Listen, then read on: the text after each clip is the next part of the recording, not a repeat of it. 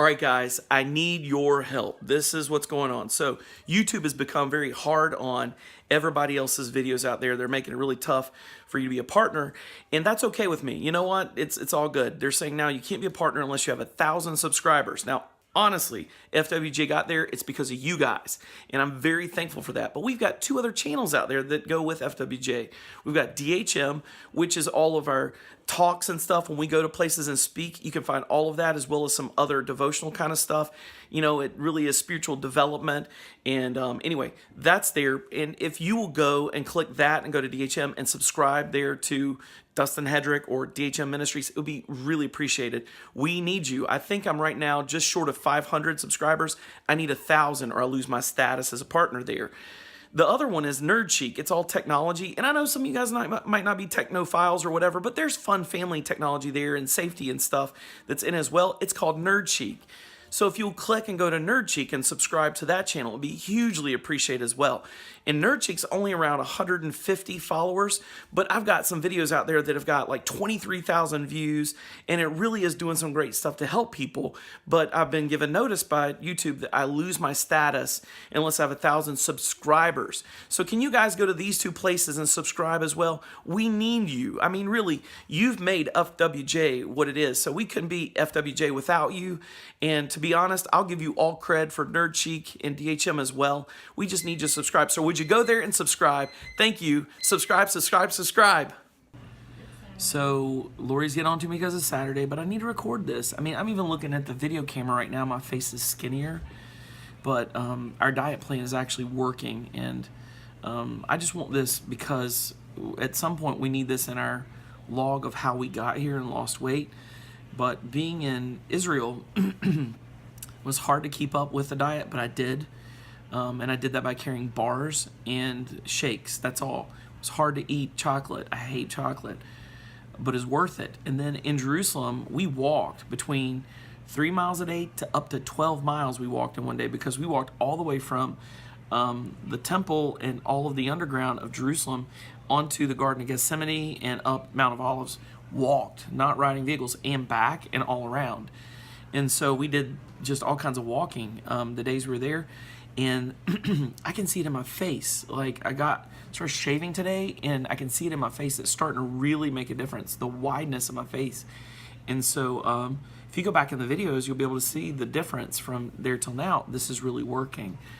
So I was telling Lori, you know, I'm down, you know, I started off at 230 something, and now I'm down to 214, is it? 214. And I've lost 18 pounds, more than 18 pounds. I'm almost at 20. And I haven't been down to under 200 since we moved here. Since before we moved here. I was already doing badly with all the travel and the excess and back and forth with 714 growing. And I gained massively after that. I can't wait to get under the 200s. She's so happy to be under her weight. And we're just saying, never going back. Something's happening inside of us that's in this first 30 days that's making us get to where I feel so good. I forgot what it felt like to be skinnier. I'm not skinny yet, skinnier. And I forgot what it felt like to be healthy. And I just don't want to go back. My skin has cleared up. My breathing has cleared up. I don't have constant drainage that I had for 3 years. My blood pressure's down. Oh, my blood pressure's down to normal. Boom. Still on the medicine, but that's the first time it's been normal, even on the medicine. So my breathing is easier. My sleeping is better. Just all around everything better. And I'm still drinking a cup of coffee a day that has caffeine. I'd stopped caffeine altogether and it didn't do enough. It was impossible to get my weight down because my metabolism had stopped. So this supercharged my metabolism. It jumped me with energy. It got vitamins and minerals in my system. It's got me habitually on a 6-time eating day program, 6 times eating a day program.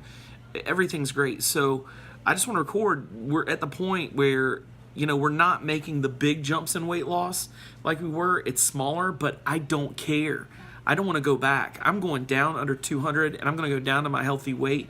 And I am never coming back to this. I'm going to live this life forever. I want to be healthy, and it's not so hard. It's habits, and I love the habits that's developing in me. The program works. It's not just eating And it's not just doing like a whole 30 or whatever that you can get off of. I've got loads of friends that have done a whole 30 and then gone right back up because they just springboard. It's like a pendulum. We need habits that you can continue to do after it's over and stay consistent. So we're going through this 30 days. We're going to lose on. We're creating habits for life. And habitually, this is doable. I'm now at a place where it's doable, and I never want to go back. It feels too good. 60 degrees out here, and the snow is finally melting. Thank you, Jesus. I get to my office easily this week. Oh, I'm so glad to be on the porch. On my porch again after all my time in Israel. I can't believe it. It's hard to believe I'm back. It's hard to believe I'm getting time on the porch. You know, it's funny, but after being gone this time and just all that I experienced in Israel, which was such a, it's like one of those times like Toronto, Brownsville, IHOP when I was healed. These times, it's one of those times for me. I'm so affected inside coming back. I'm just at peace, just sitting and learning. I feel so close to God right now. Even in the middle of some real stuff that should be distractions. Like today, I just got a call that we're letting go one of our team members at 714, which is hard. We just had our big celebration banquet, but he broke a rule you can't break, and so we had to let him go. It's best for the client. We have to do what's best for the client, even though we love him dearly, so we're paying him extra, taking care of him, but he broke a bad rule. It's his bad. He knows it. So we're moving forward. We're going to be blessed, and we're bringing on another team member that we've already got on tap. We've got resumes waiting on us right now. But even at that, I'm not distracted. I've been working on my sermon today, and I'm just so thankful to be here. At peace. I'm watching a red-headed woodpecker fly up into a tree, and I'm grateful. I miss being in Jerusalem. I can't tell you what that's like. Just, I feel like people got me there. Like I really was revealed and understood. But I'm thankful to be here and be on God's time. I'm so at peace with this time, with everything that's playing out. I'm at peace. I have this sense that we're right at the beginning of the best part in revival.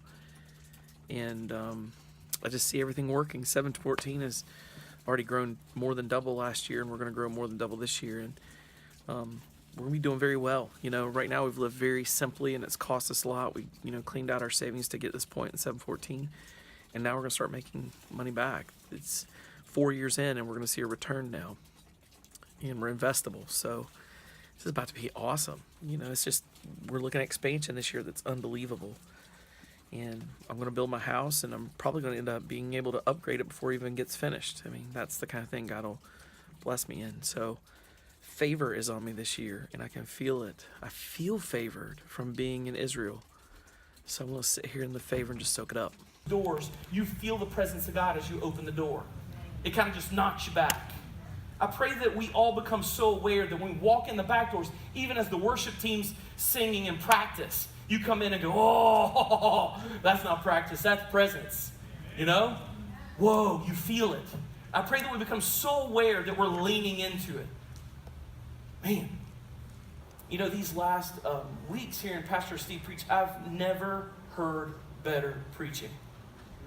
It's an honor to get back in the pulpit when you walk with someone who has been bringing the word week after week faithfully, and it's just, is it not? Is it so deep or what?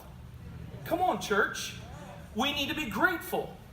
We need to be grateful. We need to be thankful. In a day and a time where the word gets washed out, in a day and a time where softened messages are in pulpits everywhere, pluralism reigns, we need to be thankful for a pastor that's preaching words that prick our heart and change our lives.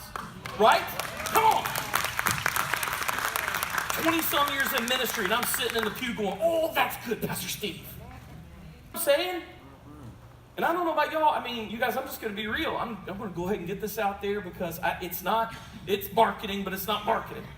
It's just what's going on. But I come early now, and I listen to Alan every week teaching. Like, if you want to go deep, if you want to hear the prophetic heart of God, get in here and listen to that teaching. If you're out serving and volunteering, I understand. Get online at home later and watch it. Which, I want to say this, our media team has constantly been building out this ministry so that we have videos that you can watch now. over and over and over again. We have libraries of videos from what's going on. You guys, we have so much available to us, it's unbelievable. Supernatural, every day that we live and everywhere we go, being actively engaged in two worlds. Always available, aware of both. Always in his presence. That's the normal Christian. Amen. The New Testament stories we read, they're not this superhero stuff. They're not to be put up on a platform. That's supposed to be baseline, foundational norm. And we're right on the touch point of that being available here. I can feel it. Because, Alan, have we been here before or not? 2 weeks ago, I'm in here, and I'm like, oh, my stars, it's on. It's so close. This morning in the middle of worship, it's so close. And look, I just want to tell you a few things about it. I want to frame this out. We need to take time and just frame things out so we understand what's going on around us. But there's a lot of activity that's going into making sure that we do the best with what God gives us. We're being good stewards with everything he does here.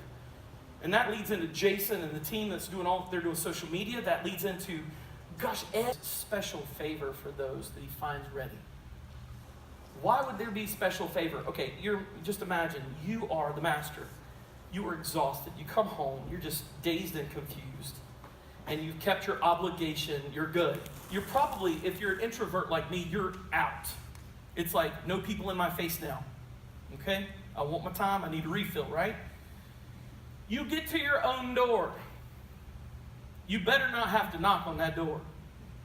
There are folks that are paid to do this job. They best be watching. They better make this easy, right? Now, if I were coming into my door at my house, I'm just saying, I have kids. This is not a marker on my wife or anyone else. It's just a story of my children being 3 and 6 and whatever. Although Anna's starting to do a lot for us. 7. She's 7. Lydia, don't be 7. Anyways, so they are 3 and 7 and 10. God bless it. And again, Anna's starting to help now. It's getting easier, but this is reality. You walk in and the door goes, right? And let's be honest, if you take your shoes off at the door like we do, you're going to get Lego-fied or something. Oh, good Lord, my foot. You're going to bang something. You're going to hit something. You're going to fall into something. There's just, oh, God bless Lori. She deals with this every day. She's a saint. I say this all the time. Because, you know, they can make messes so quick.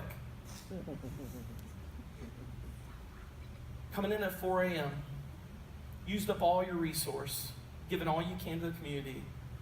Those that know you best, that are paid to do it, better make sure that door is clear, that doorway is open, and that you can get in. It's an expectation of his. Do you get this? Folks, us being ready, lamps turned on so he can see his way, ready to get the doorknob, dressed to greet him with respect and honor, is an expectation. It's baseline. This is not being a super Christian. This is not being super holy. This is baseline. Baseline, we are people that have...